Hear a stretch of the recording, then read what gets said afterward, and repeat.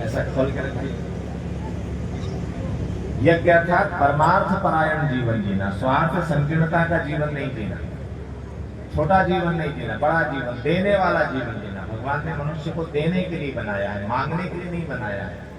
तो व्यक्ति अपना श्रम करे, पुरुषार्थ करे, मेहनत करे और उससे संसार के कल्याण के लिए हम क्या दे सकते हैं। तो यज्ञ हमको सिखाता है परमार्थ सेवा भावी जीवन होना चाहिए। ओम यज्ञेन यज्ञमयजन्त देवाः तानि कर्माणि प्रथमान्यासन देहनाकं महिमानः सचन्त यत्र पूर्वे साध्याः सन्ति देवाः। ओम यज्ञ पुरुषाय नमः। हाथ जोड़ के यज्ञ भगवान को प्रणाम कीजिए। अब सूर्य की तरफ दिखाइए, सूर्य का जैसा जीवन बनेगा, प्रचंड प्रखर तेजस्वी, डरा हुआ दबा हुआ जीवन न हो, तेजस्वी जीवन जिए, शानदार जीवन जिए, जो भी काम करें पूरे मन से करें, बड़ी तत्परता से करें। ऐसा हमारा जीवन सूर्य की तरह प्रचंड होना चाहिए, नियमित होना चाहिए। ठीक है, ऐसा सूर्य भगवान की तरफ दिखाई। ओम कृष्णेन रजसा वर्तमानो निवेशयन्नमृतं मर्त्यं च हिरण्येन सविता रथेना देवो याति भुवनानि पश्यन्। ओम सूर्याय नमः। आवाहयामि स्थापयामि ध्यायामि। सूर्य भगवान को प्रणाम करें। अब अपना जनेऊ का ऐसा ऊपर रखिए। अब जिन भाइयों ने जनेऊ पहले पहन रखा है वो इनके पास आएंगे।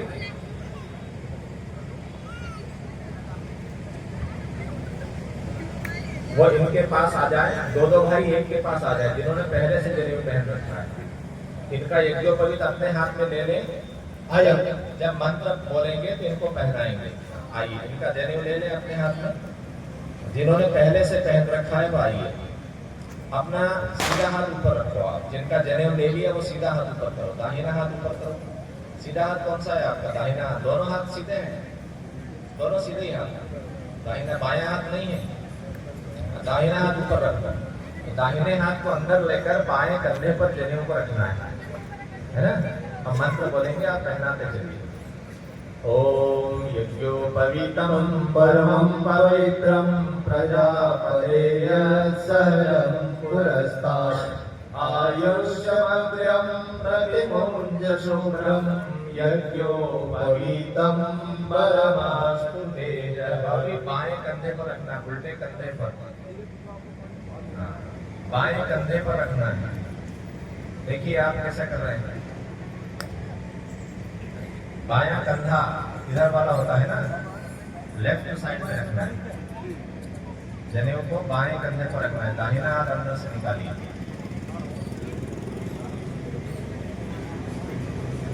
हाँ, सभी जन ताली बजाएं जोर से जरा।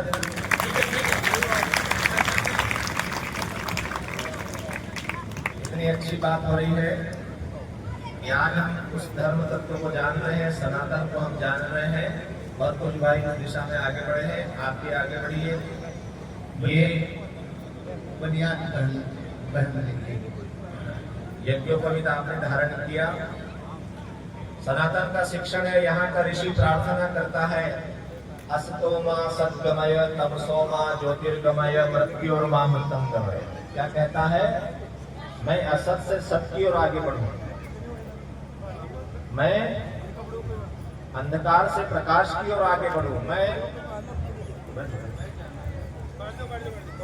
सब बता देंगे आप, सब बताएंगे।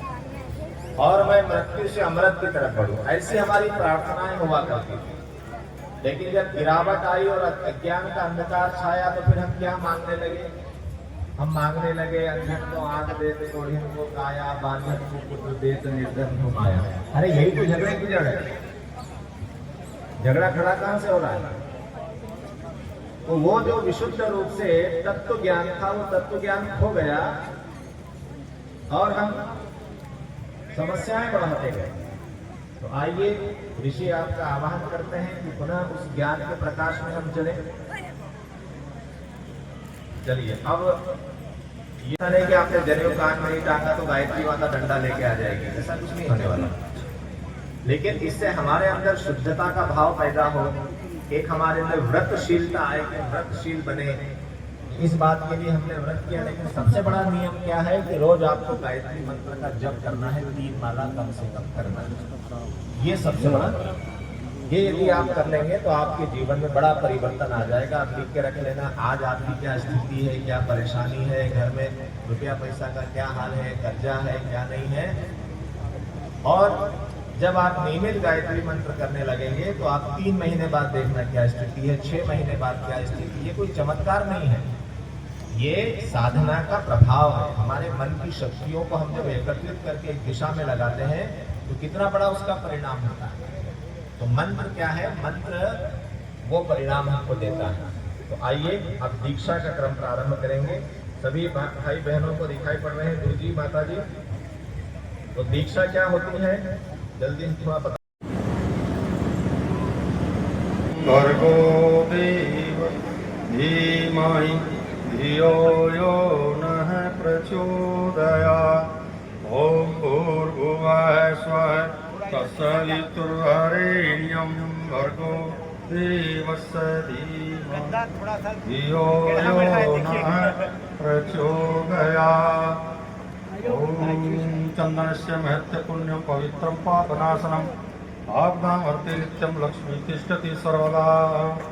ॐ भूर्भुवः स्वः तत्सवितुर्वरेण्यं भर्गो देवस्य धीमहि धियो यो नः प्रचोदयात्।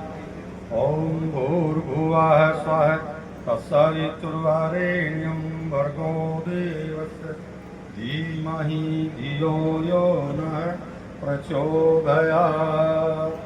ॐ भूर्भुवः स्वः तत्सवितुर्वरेण्यं भर्गो देवस्य धीमहि धियो यो नः प्रचोदयात्।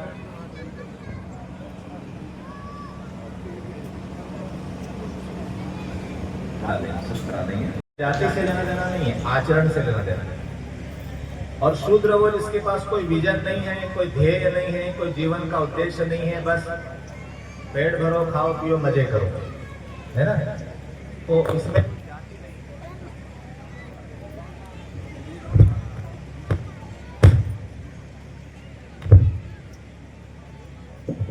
तो ये जाति का झगड़ा जो है शास्त्रों से नहीं आया, समझ गए।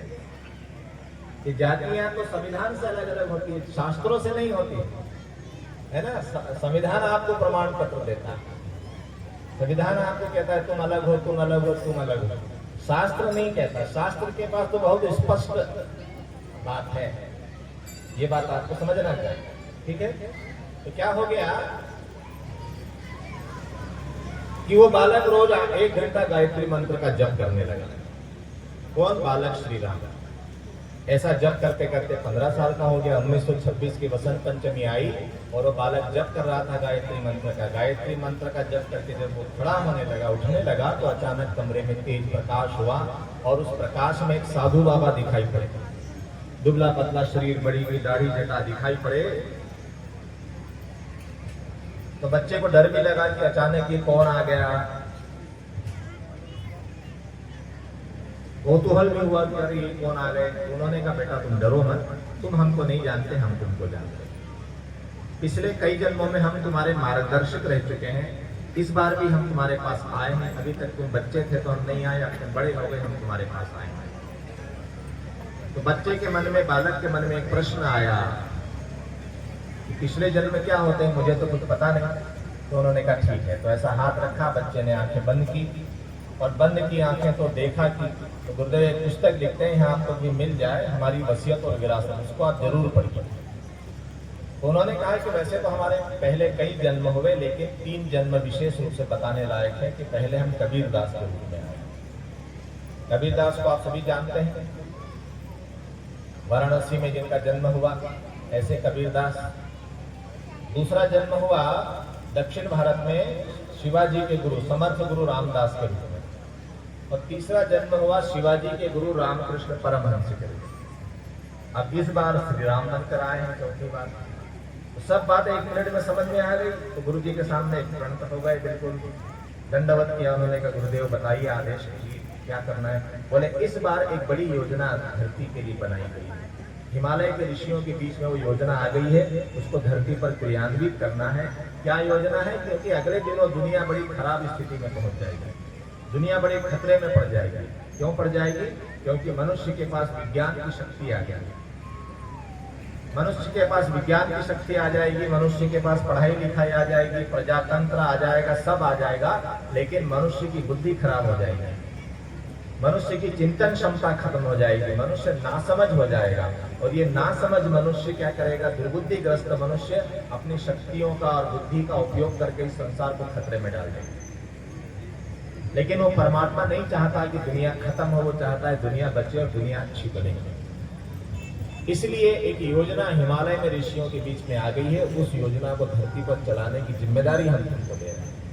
उन्होंने कहा गुरुदेव आप आदेश कीजिए, मेरी तो क्या क्षमता है, आप जो कह देंगे, आप जो करा लेंगे कर दूंगा। तो उन्होंने कहा ठीक है, ये योजना धरती पर आएगी, विश्व के नवनिर्माण की, मनुष्य में देवत्व के उदय की, धरती पर स्वर्ग के अवतरण की, और इसकी जिम्मेदारी तुमको लेना है। तो अभी से अपनी तैयारी शुरू करो। क्या तैयारी शुरू करें? 3 बातें बताएं। पहला तो ये बताया कि ये जो दीपक जल रहा है, वहां पर जो दीपक प्रज्वलित था, कहा इसको अखंड रखना, ये बुझे नहीं। ये अखंड ज्योति आने वाले समय में सारी दुनिया को प्रकाश देगी, इसके प्रकाश में सारी दुनिया चलेगी। शांति कुंज में वो अखंड दीपक रखा है, अगला वर्ष उसको 100 साल होने जा रहे हैं। ये कार्यक्रम उसी उपलक्ष्य में हो रहा है। जो 100 साल होने जा रहे हैं उस संदर्भ में आप सभी कोई न कोई संकल्प करें। दूसरा ये कहा कि तुमको अपने आप में तप करके आत्मबल मनोबल विकसित करना पड़ेगा, क्योंकि तुम्हारे कहने से लाखों लोग आएंगे, बड़ा काम होगा, दुनिया में हजारों कार्यक्रम होंगे, बड़ी आसुरी शक्तियों से तुम्हारा युद्ध होगा, उन आसुरी शक्तियों को खत्म करना पड़ेगा, बड़ी महान आत्माओं को धरती पर बुलाना पड़ेगा, ये सारे काम करना पड़ेंगे। तो अपने आप को उसके लिए तैयार करो। तो क्या करना पड़ेगा? 24 महापुरुषन करना पड़ेगा। गायत्री मंत्र, किसी भी अक्षर में जितने अक्षर, किसी भी मंत्र में जितने भी अक्षर होते हैं, उतने लाख बार जप करने से उसका एक पुरुषरण हो जाता है। तो गायत्री मंत्र में 24 अक्षर है, तो 24 लाख बार जप करने से एक पुरुषरण हो जाएगा, और इसमें साल भर का समय लगेगा। ऐसे 24 करना है तो 24 वर्ष का समय लगेगा। उतना आत्मबल, उतना मनोबल विकसित करना है, ब्रह्म बल जागृत करना है, गायत्री महाशक्ति को धरती पर उतार कर सब तक पहुंचाना है। इतना बड़ा काम है। जैसे भगीरथ ने गंगा को धरती पर उतरा, तो गंगा ने कहा कि मैं आऊंगी तो सही, लेकिन सारी धरती खत्म हो जाएगी तुम्हारी। इतना वेग है, इतना पावर है। तो फिर शिव जी को तैयार किया कि शिव जी इस गंगा को अपने जटाओं में संभालो। तो गंगा शिव जी की जटाओं में उतरी कि धीरे धीरे बहने लगी, कल्याणकारी। तो भगवती गायत्री भी आएगी, तो उन्होंने कहा तुमको भी ऐसा तप करना पड़ेगा कि उसके वेग को तुम संभाल सको, और संभाल करके धीरे धीरे समाज के बीच 24 महापुरुषन करना है। उस 15 वर्ष के बालक को ये दे दिया, 24 साल तक चलेगा। अब जब करोगे तो तब करना पड़ेगा ना। सबसे पहले होता है खाओगे क्या, क्या खाओगे। जब हम जब करते हैं, नवरात्रि आप सभी ने की, तो नवरात्रि में क्या खाया? एकादशी का व्रत होता है तो क्या क्या खाते हैं? बड़ी लंबी लिस्ट है। साबुदाने की फैक्ट्रियां एकादशी के पीछे ही चल रही है। साबुदाना, कुटू का आटा, फिर ये खा लेंगे, फिर वो खा लेंगे। आजकल बाजार में भी मिलता है ना, फलाहारी मिर्ची बड़े, फलाहारी सब चीजें, सेव मिक्सचर सब मिल जाता है कि ये उपवास में खा सकते हैं और ये नहीं खा सकते, है ना। अरे ये बड़ा अच्छा बना लिया आपने। मतलब खाएंगे जरूर, ये नहीं खाएंगे तो वो खाएंगे। तो व्रत का मतलब है कि नहीं खाना है आपको, लेकिन हम ढूंढ ढूंढ के चीजें खाते हैं, है ना। तो उस दिन ज्यादा खा लेते हैं और ज्यादा हेवी खा लेते हैं। जितना रोज सब्जी रोटी खाते हैं उससे ज्यादा हेवी और महंगी महंगी चीजें खा लेते हैं। तो उनसे भी कहा गया कि तुमको ये तप करना पड़ेगा। और तप में क्या होता है? अन्नमय कोश, मनोमय कोश, विज्ञानमय कोश, प्राणमय कोश, आनंदमय कोश, 5 कोशों को शुद्ध करना है, तब गायत्री आएगी। सबसे पहले अन्नमय कोश होता है, तो अन्नमय कोश के लिए क्या करना है? ऐसा भोजन करो जो आपके अंतःकरण, मन को, बुद्धि को पवित्र बना दे, क्योंकि जैसा खाए अन्न वैसा बने मन। तो क्या खाना है? उनसे कहा कि इतने जौ ले लेना, गाय को खिला देना शाम। सुबह गाय के गोबर में जौ निकलेंगे, सारे जौ पचेंगे नहीं, उसको निकालना गोबर में से, उसको धोना, सुखाना, पीसना, क्योंकि गाय के शरीर से निकलने के बाद वो इतने पवित्र हो जाएंगे कि उसमें कोई भी संस्कार नहीं बचेगा। ऐसा अन्न खाना उसी गाय के छाछ के साथ दिन में एक बार, 2 रोटी बन जाए, 1 रोटी बन जाए, जो भी बन जाए। कभी आप खा के देखना, गोबर में गेहूं को दबा देना, फिर उसकी रोटी बना के खाना कैसा स्वाद रहता है। ऐसा 15 वर्ष के बालक को संकल्प करा दिया और वो अगले दिन से शुरू हो गया। ऐसा 24 वर्ष तक वो करते रहे और ऐसा 24 वर्ष तक करने के बाद अंत में फिर उन्होंने गायत्री तपोभूमि जब बनाई तो 24 दिन का जल उपवास किया। उसके बाद कहा कि अब हम गायत्री की दीक्षा देने की तैयारी। सबसे पहले वंदनीय माता जी को उन्होंने दीक्षा दी, फिर लोग आते गए, जुड़ते गए, दीक्षा होती गई, करोड़ों लोगों तक दीक्षा पहुंच रही है और आज भी हो रही है। और वो दीक्षा ऐसी है कि उन्होंने कहा कि अपने शिष्यों से कहा कि बेटा मेरी तरफ से तुम दे देना, मैं संभाल लूंगा। सद्गुरु की ताकत ये होती है, मेरा शरीर नहीं रहेगा तो भी मैं देख लूंगा, तो भी संभाल लूंगा। तो ऐसा तपस्वी होना चाहिए। गुरुदेव का आप कभी भी चित्र देखेंगे, फोटो देखेंगे तो खादी का कुर्ता, खादी की धोती पहने हुए साधारण से आदमी आपको रहेगा। हमारे आस पड़ोस के कोई ताऊजी है, कोई दादाजी है, साधारण जीवन, इतना साधारण कि अपने कमरे का पंखा भी वो तब चलाते थे जब कोई मिलने आता था, नहीं तो बंद रखते थे। इतना साधारण जीवन, तपस्वी जीवन जीते थे। ऐसा तपस्वी व्यक्ति ही आपका कल्याण कर सकता है, नहीं तो नहीं कर सकता। तो गुरु में क्या बात होना चाहिए? ज्ञानी, दानी और तपस्वी। ऐसा सदगुरु आपके लिए क्या करेगा? 2 चीज कर सकता है, जो भगवान भी नहीं कर सकता वो गुरु कर सकता है। एक तो आपके प्रारब्ध को ठीक करेगा, आपके जीवन में क्या आपके कर्म का फल आप भोगने वाले हैं, पता नहीं हमको, हम क्या क्या कर्म करके हैं, लेकिन गुरु जानता है उस कर्म का फल आएगा। तो कहीं आपके जीवन में ऐसा कोई जोर का झटका ना आ जाए कि आप साधना मार्ग से भटक जाएं। इसलिए गुरु अपनी तप साधना से क्या करता है? उस प्रारब्ध को कम कर देता है या खत्म कर देता है कि बेटा तुमको इतना कष्ट नहीं होगा कि तुम एकदम साधना छोड़ दो। एक तो ये काम करता है। दूसरा क्या करता है? अपनी तपस्या की शक्ति का एक अंश देता है कि तुम साधना करना शुरू कर रहे हो तो अभी तुम्हारे बस की नहीं, अभी तुम अटकोगे, भटकोगे।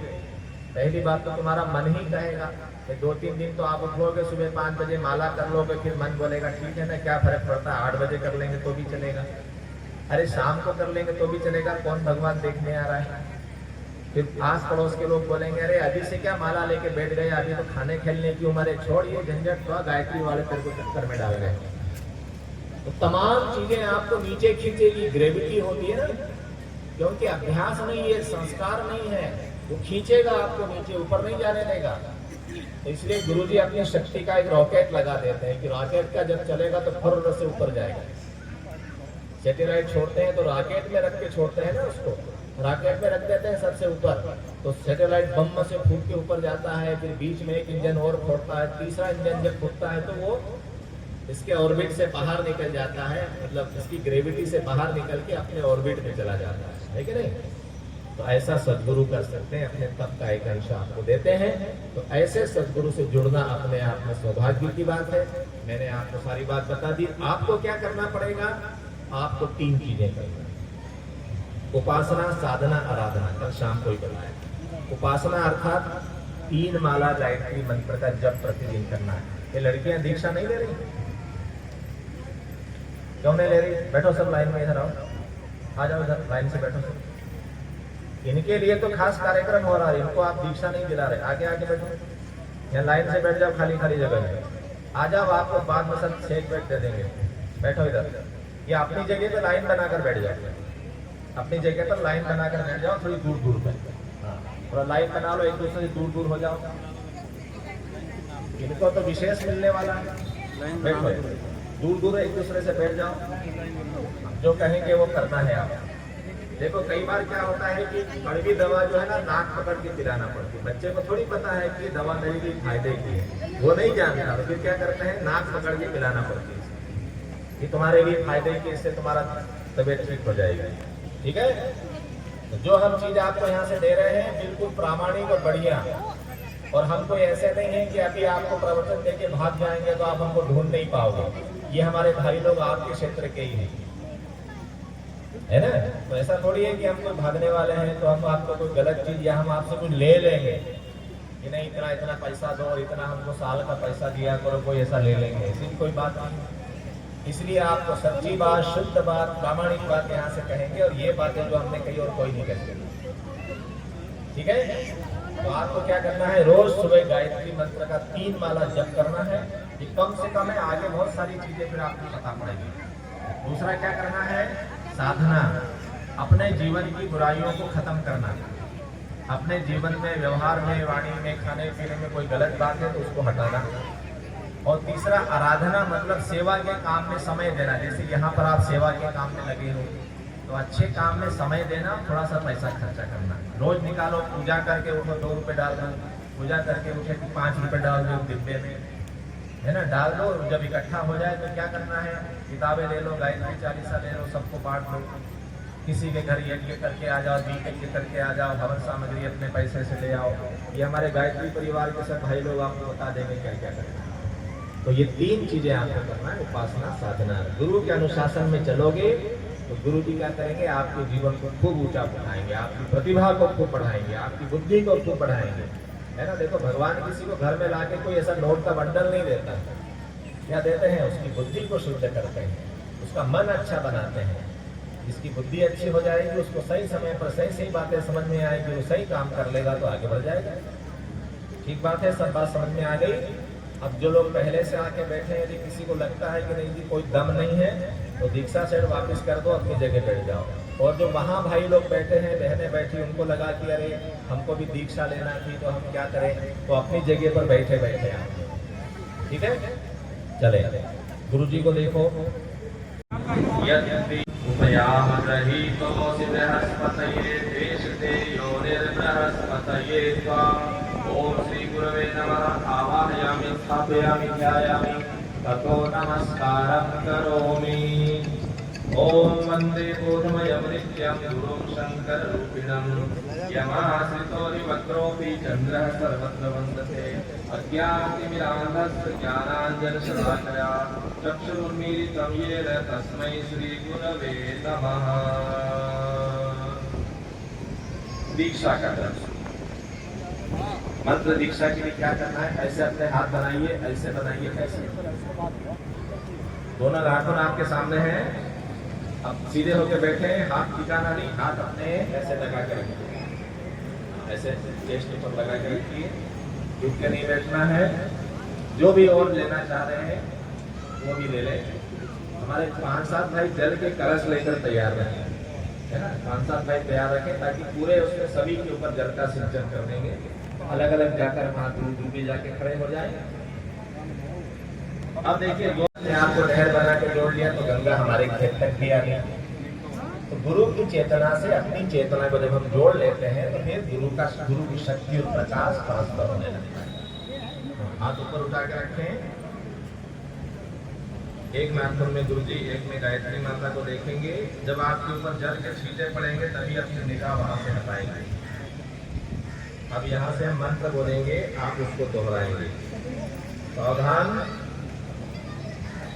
बोलिए। ओम भूर्भुवः स्वः तत्सवितुर्वरेण्यं भर्गो देवस्य धीमहि धियो यो नः प्रचोदयात्। ओम भूर्भुवः स्वः तत्सवितुर्वरेण्यं भर्गो देवस्य धीमहि धियो यो नः प्रचोदयात्। ओम भूर्भुवः स्वः तत्सवितुर्वरेण्यं भर्गो देवस्य धीमहि धियो यो नः प्रचोदयात्। ओम भूर्भुवः स्वः तत्सवितुर्वरेण्यं भर्गो देवस्य धीमहि धियो यो नः प्रचोदयात्।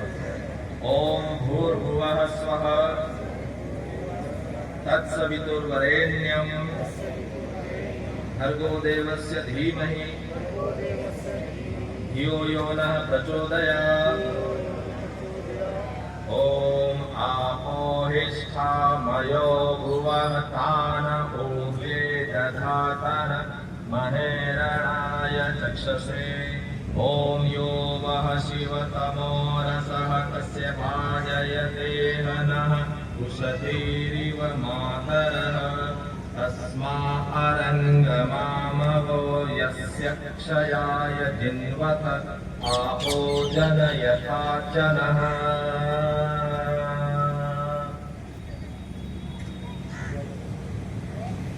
सभी के ऊपर ठीक से जल का सिंचन कर दे तो रह न जाए। संकल्प करेंगे। जब भी आपका मन बाहर निकलने का हो, आप तो तीर्थ क्षेत्र में ही रहते हैं, आपको क्या तीर्थ जाना है, लेकिन जब भी आपका मन हो आप शांति कुंज आइए। 9 दिन का साधना शिविर शांति कुंज में वंदनीय हमारी शैल जी बैठी हैं, गुरुदेव की माता जी के प्रतिनिधि के रूप में, और डॉक्टर प्रणव पंडित जी हमारे श्रद्धेय वहां पर विराजमान है, उनका आशीर्वाद लीजिए। और 9 दिन का साधना शिविर आप शांति कुंज में आकर जरूर कीजिए, तो क्या होगा, उससे आपकी और गति बढ़ जाएगी। सबके हाथ में अक्षत पुष्प दे दे, इसमें आप कुछ पैसा रख लीजिए, कुछ भी 2 रुपया 10 रुपया रख लीजिए। गुरु को समर्पण करने का प्रतीक है। ऐसा रखने का मतलब कि गुरु के सामने जब जाते हैं तो खाली हाथ नहीं जाते, कुछ लेकर जाते हैं, ऐसी परंपरा है। अब ये अपने सामने आप रख लें, और यहाँ पर एक सामने पात्र, कोई पात्र बड़ा सा नहीं। अब आप संकल्प करेंगे गुरु दक्षिणा का। गुरु दक्षिणा अर्थात गुरु जी को हम आश्वासन देते हैं कि हमने आपसे दीक्षा ली है, हम आपके अनुशासन को पालन करेंगे, ऐसा गुरु दक्षिणा का संकल्प करें।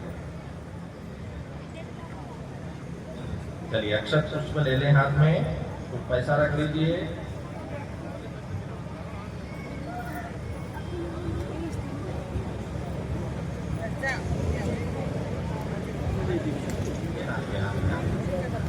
बीच में रखते हैं।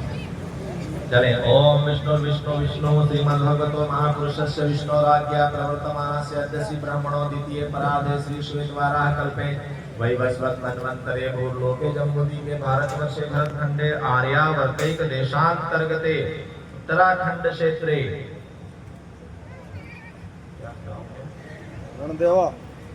रणदेवा ग्रामे और प्यारे जी महाराज तपस्थली स्थाने गायत्री यज्ञ अवसरे मासानां मासोत्तमे मासे अश्विन मासे शुक्ल पक्षे चतुर्दशी तिथो सोमवासरे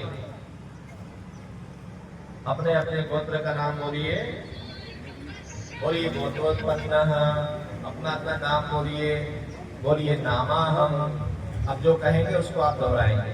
बोलिए श्रुति स्मृति पुराणोक्त फल प्राप्त्यर्थम मम कायिक वाचिक मानसिक ज्ञाता ज्ञात सकल दोष निवारणार्थम आत्म कल्याण लोक कल्याणार्थम गायत्री महाविद्यायां श्रद्धा पूर्वकम दीक्षितो भवामि।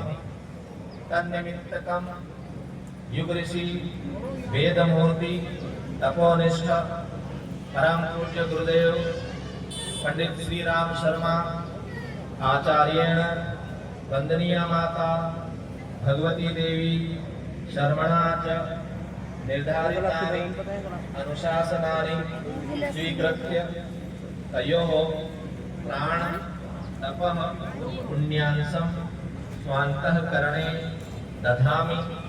तत्साधयितुं च समय प्रतिभा साधनानां एकांशं नवनिर्माणकार्येषु प्रयोक्तुं गुरु दक्षिणायाः संकल्पम अहम करिष्ये।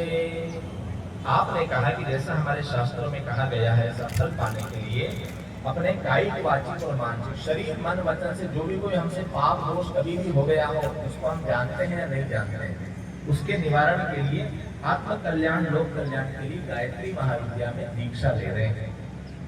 दीक्षा तो ली आपने गायत्री महाविद्या। अब इसको देखने वाला कौन है? इसके संरक्षण में करोगे, क्योंकि जो सद्गुरु सो दीक्षा पावे सो साधन को सफल बनावे। विधि आपकी तभी काम करेगी जब उसके पीछे किसी सिद्ध पुरुष का संरक्षण होगा। कहीं से भी कोई पोथी उठा लाए, टीवी में कुछ देख लिया, कहीं से किसी ने बता दिया, कुछ भी करने लगे तो पता नहीं फल देगा कि नहीं देगा। परंतु यदि किसी सिद्ध पुरुष का उसके पीछे संरक्षण है तो निश्चित रूप से फल देगा। इस समय गायत्री विद्या के सिद्ध पुरुष इस धरती पर कौन है? वेदमूर्ति, तपोनिष्ठ, युग ऋषि पंडित श्री राम शर्मा आचार्य, जिनके मार्गदर्शन में करोड़ों लोगों ने अपने जीवन को शानदार बनाया। तो उनका संरक्षण आपको मिलेगा। तो इसके लिए क्या करेंगे? गौरी तो तन निमित्त कम, इसलिए कि हमारी दीक्षा, हमारा गायत्री मंत्र फलित, हम क्या करेंगे? युग ऋषि, वेद मूर्ति, परम पूज्य गुरुदेव और वंदनीय माता जी के निर्धारित अनुशासन को स्वीकार करते हैं। उनके प्राण और तप का एक अंश अपने अंतःकरण में धारण करते हैं और तत्साधयितुम, तो उनके और हमारे बीच का एक क्रम चलता रहे। इसके लिए क्या करेंगे? अपने समय, प्रतिभा, साधनों का एक अंश नव निर्माण के कार्य में हमारे गुरु जी जो काम चला रहे हैं उसमें अपने साधन, अपना समय, अपना श्रम लगाते रहेंगे। क्योंकि गुरु क्या करते हैं कि बहुत ज्यादा कठिन साधना में नहीं डाला। उन्होंने कहा भाई ये मेरा काम हो रहा है, इसमें आप लग जाओ, तो तुम मेरा काम करो, मैं तुम्हारा काम करूँ, है ना? तुम मेरा काम करते चलो, मैं तुम्हारा काम, मैं तुम्हारी सारी शुद्धि कर दूंगा, मैं तुम्हारा आगे का सारा रास्ता खोल दूंगा, तुम मेरे काम में लगे रहो, है ना? तो उसमें हम लगाते रहेंगे। ठीक बात है। अब आपके हाथ में ये जो भी है अक्षर, उसको क्या करना? दो चीजें करना। जीवन में कोई बड़ा भारी दुख है, बड़ी भारी कोई परेशानी है, बड़ा भारी कोई क्लेश है ना? यहाँ बोल देना गुरु जी, माता जी विराजमान है। और कुछ आपको लगता है कि बस गुरु जी भगवान कितनी सी मदद हो जाए तो मैं जीवन में आगे बढ़ जाऊंगा, कोई मेरा काम ऐसा अटक गया है कि मैं बड़ा परेशान हूँ, तो बोल देना। और अपने जीवन में जो भी कमियां हैं, बुराइयां हैं, जो भी आपको लगता है कि इसको छोड़ ही देना है, यहाँ डाल दो। तीन चीजें करना, ठीक है? एक क्रम से आइए, इसमें डालते छोड़ते हुए अपने स्थान पर बैठते जाइए। जो नहीं